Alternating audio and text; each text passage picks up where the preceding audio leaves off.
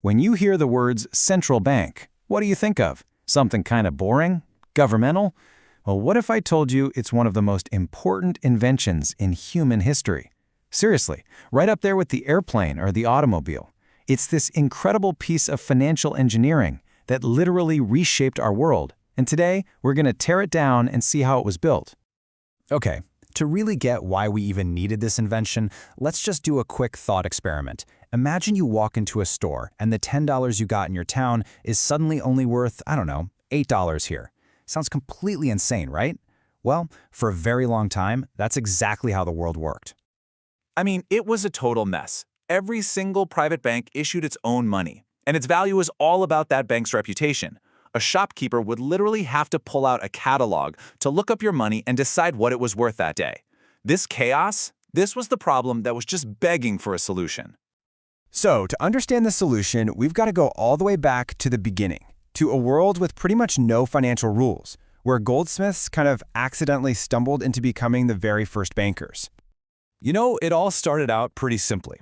Goldsmiths had these big, heavy safes to protect their gold. So other people started leaving their gold with them for safekeeping. In return, they'd get a little paper receipt. Well, pretty soon, instead of lugging around heavy gold coins, people just started trading the paper receipts. And boom, just like that, private paper money was born. But, and this is a big but, this system had a fatal flaw. The goldsmith, who's now basically a banker, quickly figured out he could issue way more paper notes than the gold he actually had in his vault. He'd lend them out, make a profit, and this all works great until people get nervous, until everyone wants their gold back at the exact same time. That, my friends, is a bank run, and it could destroy a bank, poof, overnight. So you have this constant threat of bank runs that makes the whole system incredibly shaky. It needed a stabilizer. It needed a heavyweight enforcer. What it really needed was a guerrilla bank. And the very first gorilla to enter the ring was the Bank of England, chartered by the government way back in 1694. It was specifically designed to be the biggest, baddest, most powerful bank in the entire country, so huge that it could force all the smaller guys to get in line. So how'd they do it? Well, the Bank of England's strategy was both brilliant and, honestly, pretty ruthless. See, because it was the biggest bank, it just naturally collected tons of notes from all the smaller banks.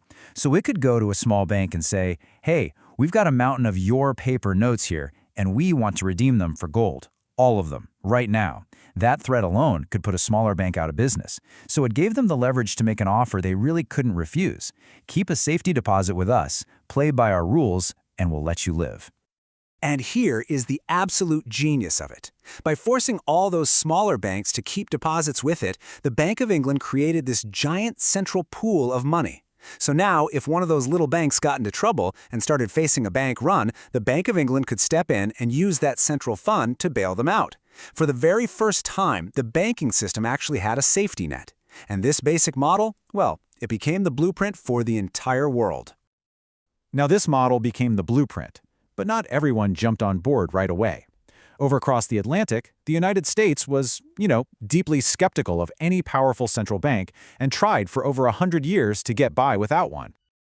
America's path was, well, it was a really painful learning curve. After they got rid of their early national banks, the country just lurched from one crisis to the next. They did standardize the paper money in 1863, which, hey, that solved the whole discount problem we talked about. But it didn't stop the bank runs. And after two absolutely devastating nationwide panics in 1893 and again in 1907, Congress finally gave in and created a true central bank, the Federal Reserve. But in true American fashion, they had to do it their own way. To deal with this deep-seated fear of having all the financial power in one place, they created this unique system of 12 regional banks spread all across the country, with a central board in Washington, D.C. to oversee the whole thing. It was the Bank of England model, but with a uniquely American, decentralized twist. Okay, so that brings us to the modern era, where the job of a central bank has evolved like crazy. I mean, the original mission was pretty simple: stop bank runs. But today, central banks are expected to manage the entire economy. So the modern central bank's toolkit really has two main jobs. The first is to act like the gas and brakes on the economic engine, trying to manage growth so it doesn't get too hot or stall out. And the second is its original job, to be the ultimate firefighter for the financial system, preventing one little fire from turning into a catastrophic inferno. This famous quote just perfectly captures that first job. When the economy is growing too fast, the party is getting a little too wild, inflation is heating up, the central bank steps in and raises interest rates to cool things down. It's basically the responsible adult who says, all right, party's over before things get out of hand.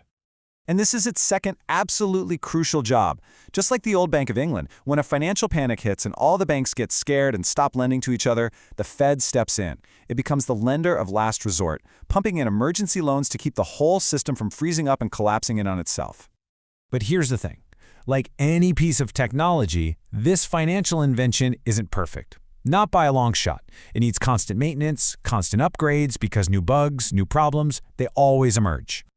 And in 2008, the system experienced a catastrophic, system-wide failure.